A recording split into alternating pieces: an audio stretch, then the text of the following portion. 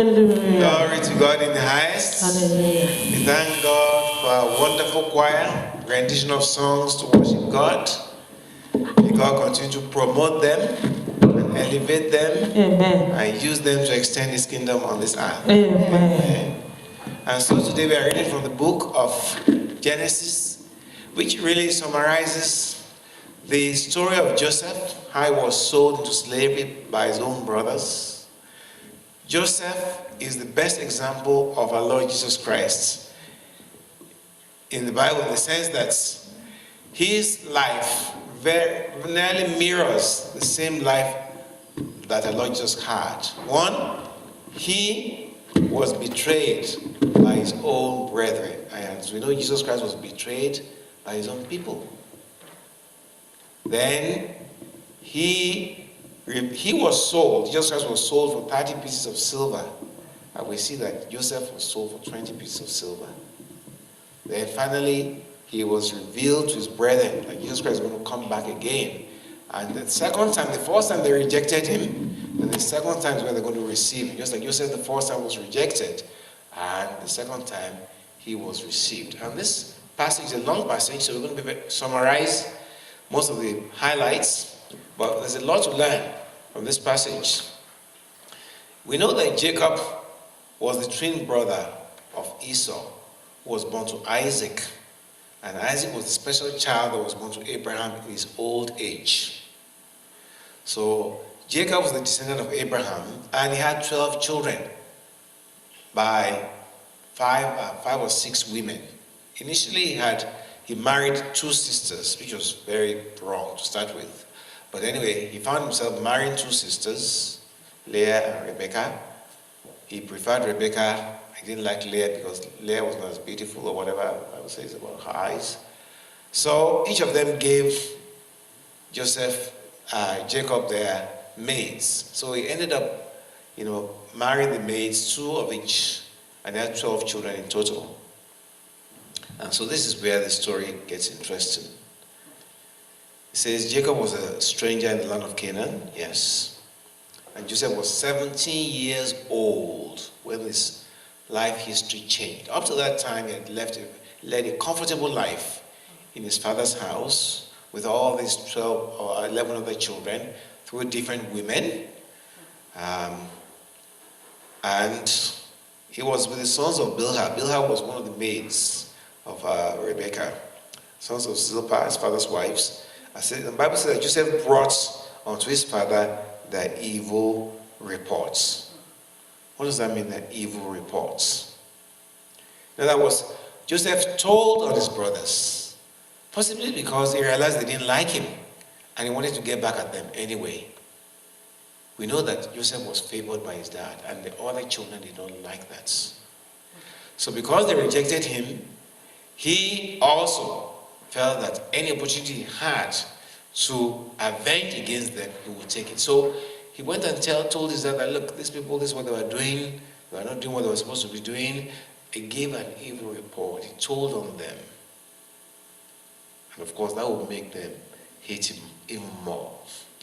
Now, Jacob's name was changed to Israel. It says he loved Joseph more than all his children because he was the son of his old age.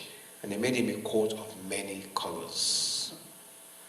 How did that happen? You see, Jacob went to work for Laban, his uncle, on his mother's side. And he promised to work for him for 7 years, after which he would give him Rebecca, his daughter's wife. But on the night of the wedding, that Laban put Leah in the marital chamber instead of Rebecca that Jacob really wanted to marry. From the first day he set her on her, he loved her so much, he said he would prefer to do anything. And so he said, okay, I'll work for 7 years for the hand of Rebecca. But on the night they married, their father put Leah, the senior sister, there. It was a great deception. And the next morning, Jacob said, what is this you've done for me? I worked for 7 years for Rebecca, now you're giving me Leah. And he didn't like Leah at all because Leah had some eyes, maybe something wrong with the eyes or something like that. So I said, in our culture, we don't usually give the junior sister to instead of this, you have to marry the senior sister first. Well, I can give you Rebecca if you work for another 7 years. Can you imagine how he deceived him again? So Jacob said, okay, all right, I work for another 7 years. So he worked another 7 years for Rebecca. Now, this is where it gets interesting. God saw that Jacob did not like Leah. See, this God, he sees everything. There's nothing he doesn't see. He saw that Jacob did not like Leah. And so to make Jacob like Leah, he closed the womb of Rebecca and made Rebecca barren. So that Leah now began to have children for Jacob. 1, 2, 3, like that. God did that on purpose because he realized that this Jacob, you don't like your wife who you married. This is the one you like, but I'm going to make sure you like this one. So, after a long time, I think by the time Leah had 4 children, God now remembered Rebecca. I said, okay, Rebecca, all right, I'll let you have children. So he opened her womb. So already by the time Joseph was born to Rebecca, by the time he was born, most of the other children had been born. So it was later in the years God opened the womb of Rebekah long after Leah had had children. All the other wives had children for him. So he was born very late in time. That's why his father loved him more, because it was like a special child. This mother, he loved the mother very much. The mother was barren. In fact, the mother at one stage threatened to kill herself if she didn't have children. So finally, when she had children, Joseph was like child, the first child she had. She had another child called Benjamin, but Joseph was like the first child she had for Jacob. So it was very precious in the sight of Jacob. And so he loved him more because of that reason. And he couldn't hide it. And he made him a coat of many colors. Right away, you can see, by that coat of many colors, he distinguished him from the other people. The other children begin to wonder, why are you giving Joseph a coat? You didn't give us a coat. Why these special treatments? You see? So we can be very careful as fathers, and very careful as fathers, that we don't show partiality to our children. Necessarily you might prefer some children to the others, but don't let it be seen. This applies not only to fathers, to people in charge of organizations. Because if you let people know that you favor one person or another, you will create envy against them. Actually, you are creating trouble for that person you prefer. Unnecessary trouble. You can just pretend you love everybody equally. That God loves us all equally. You can say that, you are special to God. No. God loves each of us as well as the other one. So it was this favoritism by Jacob, his dad, that brought Joseph into trouble, because it made the other brothers hate him. And when he saw that the father loved him more than all the others, they hated him more and could not speak peaceably unto him. They couldn't hide their anger. And I'm sure Jacob would have realized that the other kids, the way they're treating Joseph is different, and he didn't change. He still kept on showing that favoritism. And then this dream, Joseph had a dream. Joseph was a dreamer. In this church, we have a service for dreamers on Fridays. Dreamers, as well as prophets, are in the same category. God classified all of them the same. Dreamers, visioners, they're all prophets, because God told in the Bible book of Numbers that when I reveal myself to my prophets, I reveal myself to them in dreams, visions, apparitions. So if you're a dreamer, you are a prophet to God. You're not the person that speaks, but God shows things to you. So Joseph was a dreamer, and he had a dream, and he told this to his brothers, and they hated him yet the more. So the first question is, why did Joseph tell his brothers the dream? Knowing that they hated him, knowing that they envied him, why did he tell them the dream? Because he was angry at them, and he wanted to get back at them. Now, what was the dream? He said he saw this, in this dream he saw the sheaf. The sheaf was a bundle of wheat. They sow and they harvest the wheat, it's like corn. And then they gather it together. So those bundles are called sheaves. And then he said he saw his own sheaf standing up and the other people's sheaves bowing down before his own. Oh, he knew that would really get them going. And he did it on purpose, I suspect. And the brothers told him, shall you reign over us? Or shall you have dominion over us? And they hated him yet the more for his dreams. So what's the first lesson? Be careful who you share your dreams with. You might think, this dream I had, let me go and talk to this person. That person you're telling, he may think, so God is going to promote you. You're going to be an evangelist, worldwide evangelist. Oh, yes. And how about me? What was the plan for God for me? Nothing. You think you are good. Immediately you become envious and begin to plan evil against you, if that person is not in spirits. So the first lesson is this: be careful who you share your dreams with. There was this person, the founder of God's Chosen in Nigeria, a big organization, as we all know.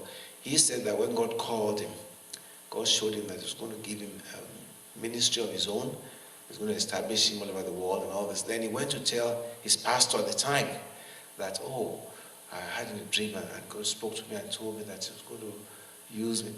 I said, what? He said, come back in 3 days and make pray about it. When he came back, I said, no, that dream has a wrong dream. There's nothing like that. You can't go anywhere. No, God cannot use you. Just stay here.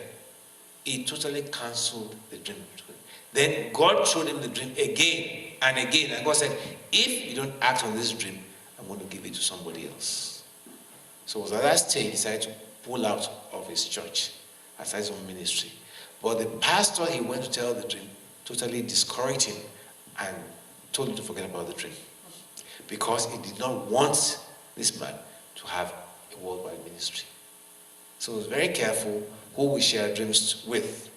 Then, after that first dream, perhaps because God wanted to confirm the destiny of Joseph, he had another dream where he told his brothers and said, I dreamed that this time the sun and the moon and the 11 stars bow down to me. Oh, you can just see how that will really affect them. Then he told his dad, and his dad said, what? You mean you and your mom are going to bow down to you? What's all this? So his father even rebuked him. They didn't say, this dream you had, Joseph, we don't know what it was. Really? Are you going to reign as king? Let us pray about this. No. His father got angry. You see? In other words, very careful, because his father didn't want to bow down to his son. I mean, he was saying that, what kind of dream is this? You mean me and your mom? But that's what he meant by the sun and the moon and the 11 stars. He said, because the stars come from the moon. So the 11 stars are the brothers of Joseph. And the son and the moon, the dad and mom. And so the father was angry. I said, what do you mean, this dream you had? Am I going to bow down before you? Shall I and your mother and your brother and your brothers indeed come to bow down before ourselves to you, to the earth? So his brethren envied him, but his father observed the saying. So had he not told them of that dream, Joseph's life might have been different. Had he kept his mouth shut, they already envied him, but perhaps they would not have tried to kill him or send him to slavery, because it was that dream that really, really got them angry. And they didn't want Joseph, this hated brother, to rule over them. It's like somebody you don't like.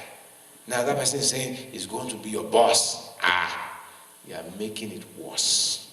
So that was the dream that really got the brothers angry. And so, of course, his father sent him to go and check on them. And of course, they know every time Joseph comes to check on his brothers, it's always a bad report. And he went to look for them, and finally he found them in Dothan. And when they saw him afar off, even before he came near, they said to themselves, they conspired against him. Conspiracy is a gathering of people together. They gathered together against him, just like the enemies of our Lord Jesus Christ conspired against the Pharisees, conspired against Jesus. And what did they say? They said, behold, the dreamer cometh. You see? They didn't say the favored one. They said the dreamer. It was the dream of Joseph that really pushed them over the limits. So the dreamer cometh. Say, come now, let us kill him and cast him into a pit. And we'll say some evil beast had devoured him. And we shall see what will become of his dreams. You see? We shall see what will become of his dreams. That was the real point. They did not want that dream to come to pass. These are called dream killers. People who don't want your dreams to come to pass. May the Lord defeat them in Jesus' name. But if they didn't know his dreams, they wouldn't have taken that action. You see? That people called awara or astrologers that study people's stars. And by studying your star, they can know that this person is going to be very great in life. From the time a child is born, there's a star appears, just like the time Jesus was born. Immediately a child is born, a star appears. And they can study that and say, this star is so big. That's what happened to Jesus. The astrologer saw a star. He said, we've never seen a star this big in our lives. What kind of child is this? What? So they began to follow this star. We have to see this child. We have never seen a star as big as this, because that star spoke of the child and his future. So that's why they came to worship Jesus when they saw a star. And so there are people who study people's stars, and they can manipulate your star with the powers of darkness, because they don't want that dream, that destiny to come to pass. So let us kill him, and we'll see what will become of his dreams. Let's go to Proverbs 1:11. Proverbs 1:11, Proverbs 6:17, and 1 John 3:12 and 13. 1 John 3, 12 and 13. Proverbs 1:11, Proverbs 6:17, 1 John 3:12 and 13. Quickly. Proverbs 1:11. Yes. Hallelujah. Hallelujah. If they say, Yes. come with us, Yes. let us lie in wait to shed blood. Yes. Let us plot secretly for the innocent without Blood. cause. That's conspiracy. Go on. 6:17. Yes. A proud look, a lying tongue, Yes. and hands that shed innocent blood. Right. Those are the things that God hates. And 1 John 3:12 and 13. 1 John 3:12 and 13. If I have told you earthly Yes. and you believe not, how shall you believe if I tell you of heavenly things? Okay, that's 1 John. Is that from 1 John? Is that from John? Yeah, 1 John is 1 John 3:12 and 13. 1 John chapter 3.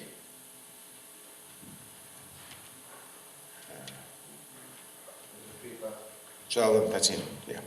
Not as Cain, who was of that wicked one, Yes. and slew his brother, Mhm. and therefore slew him, That's because it. his one works were evil, That's and it. his brother's righteous. That's it. Thank you.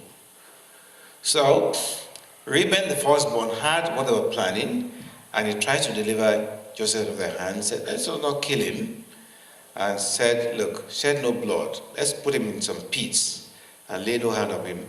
And he planned that later on, when they left, he will secretly go back and take him out of the pit and deliver him to his dad. That was Reuben's plan.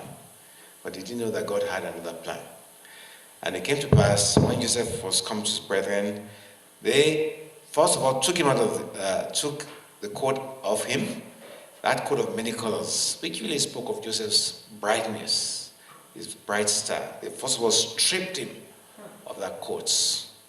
You know, there are people in this world who are ready to change other people's destinies, to strip them of that coat of many colors. And they cast him to the pit. The pit was empty, there was no water in it. And they sat down to eat bread. Can you imagine? Their own brother was thrown into a pit, a waterless pit, and they were eating comfortably. Then they saw this company of Ishmaelites bearing spice and balm to go to Egypt. And Judah said to them, look, what gain do we have if we kill our brother and conceal his blood? Let us sell him to this Ishmaelite. At least we'll make some money. And let not our hand be upon him, for he's our brother and our flesh. You see? Hallelujah. We have 1 John 3:15. Yes. Whoever hates his brother is a murderer. Yes. And ye know that no murderer has eternal life. That's it. Abiding In him. Whoever hates his brother. So if you hate your brother in your hearts, you've already committed murder. You don't have to kill them physically. And that means that person does not have eternal life. So this Judah saved, he said, Lord, let us not kill him. Let us sell him to these people going to Egypt. At least we get some money. And then he says, he's our flesh and our blood. Now he remembered, before they wanted to kill him, see how God was moving on behalf of Joseph. We know that whatever happened to Joseph was God that ordained it. Because the Bible says that God led him into Egypt. The word of God tried him. You know, so everything that happened to him, God orchestrated it and planned it for him. But anyway, to cut a long story short, the Midianites came and they sold him for 20 pieces of silver, just like Judas was given 30 pieces of silver to betray our Lord Jesus Christ. Well, Reuben, when he came back, he found that Joseph was no longer in the pits, and he tore his clothes because he planned to deliver him back to his dad. So he was afraid that they might have killed him. And he said, where has he gone? Where have you put him? So they took his coats and they dipped it into some blood. After they killed a lamb, they dipped Joseph's blood in the kid's blood, and they took it to the father to confirm whether it was the coat of his son. Of course, they deceived his father. You can see that all these things happening to Joseph, they're very bad because people are deceiving him because he himself deceived his dad to get the blessing. You know, his dad was going to give the blessing to his brother Esau, and he deceived his dad. And so because of that, he now is being deceived. Whatever a man sows, he will reap. And Jacob, of course, his dad, when he saw it, he was very angry, he was very upset. He tore his clothes. He said he's going to die mourning for his son. So we see how much suffering Joseph experienced, because not only was he sold into slavery in Potiphar's house, he was falsely accused by Potiphar's wife and thrown into prison. It was a long period because it lasted 13 years of suffering before God finally promoted him to become the prime minister of Egypt. But Joseph did not fail the test. He would have failed the test and denied God, especially when Potiphar's wife tried to seduce him. He could have said, what am I doing here? I have nothing to lose. God has forgotten me. I'm in prison. Nobody knows me here. I can do whatever I want. But he refused. He did not sin. And he passed the test. And finally, he received the blessing and the promotion God had ordained for him. Now, the second passage we read was the book of 2 Corinthians, chapter 7, I think. 2 Corinthians chapter 6, yes. So we see here Apostle Paul speaking about the calling of an apostle, the calling of children of God. He said, we as workers together with you beg you that you receive not the grace of God in vain. Very deep. What does it mean to receive the grace of God in vain? The grace of God is the gift is given to us, salvation. But when he says we receive in vain, what does he imply? He's saying that after we receive that grace, we now begin to misbehave and treat that grace as if it was nothing. You know, it cost Jesus his lifeblood. Not only that, he suffered a lot on the cross. They hanged him on the cross. They beat him to a pulp. They pulled out his beard. All these things, just for you and I to have that gift of salvation. So after he has saved us, should we now go back to our mess and begin to behave as we used to behave? That's what he's saying, that don't take that grace in vain. Once you are saved by God, begin to lead a holy, righteous life. So that at least you know that that's the least you can do. For he said, I've had you in the time accepted. On the day of salvation, I've succored you. Behold, now is the accepted time. Behold, now is the day of salvation. That is the grace of God given to you and I. So it said, giving no offense in anything that the ministry will not blame. That was, don't misbehave. After you've been saved, after you've been serving God, don't start behaving like somebody who doesn't know God. Committing adultery, fornication, defrauding people, lying, all these things. It says, don't give any offense. 1 Corinthians 9:12. Giving no offense in anything. Don't do anything that the ministry of God be not blamed. Go on. Others be partakers of this power over you. Uh-huh. And not that you rather. Nevertheless, I have not used this power to suffer all things, lest we should hinder the gospel of Christ. That says, see, lest we should hinder. So we must not do anything to bring reproach to the ministry of Jesus Christ. We must be very careful. We have been saved by the grace of God, and we have to behave in a manner worthy of that grace, so that we don't count as nothing the blood shed on the cross for us. So in all things, proving yourselves as the ministers of God. What do we hear today? All kinds of terrible things being committed by ministers of God. I read yesterday of a minister in Nigeria and in South Africa who was accused of sleeping with 30 women in his church. 30 women in his church. This is a person in South Africa. And now they're exposed, all these terrible things are going on. So we mustn't be like that. We must prove we are the ministers of God in our daily life. And it says how? In much patience, afflictions. See, Joseph was afflicted for 13 years. Necessities, distresses, in stripes and beatings. Apostle Paul was beaten 39 stripes 3 times in his life. In fact, somebody said they saw him in heaven, and Jesus Christ had retained that stripes on his back. He saw the stripes on the back of Apostle Paul where they had beaten him. Now, when people call themselves apostles, what do you see in their lives? Riding jets, having Rolls Royces, luxurious life. This is not the kind of calling Apostle Paul is referring to. If you call yourself an apostle, you are going to go through all these things. This is a true apostolic calling. In much patience, in labors, imprisonments. How many of these people have been imprisoned? In tumults, in watchings, in fastings. If you tell somebody to fast now, I don't know how they're going to react. By pureness, by knowledge, by long suffering, by kindness, by the Holy Ghost, by love unfeigned, by the word of truth, by the power of God, the armor of righteousness on the right hand and on the left. Now, in your life, all these things will be present. You have the truth, you have the power of God, you have the righteousness on your right. It's like a weapon, your righteous life on your right. 2 Timothy 4 verse 7. 2 Timothy 4 verse 7. By honor and dishonor, they call you names, they call you different terrible names, that they call Jesus. Be prepared for it if you're a child of God. Go on. 4:7. By evil reports, good reports. I have fought a good fight. I have finished my course. I have kept the faith. Yes.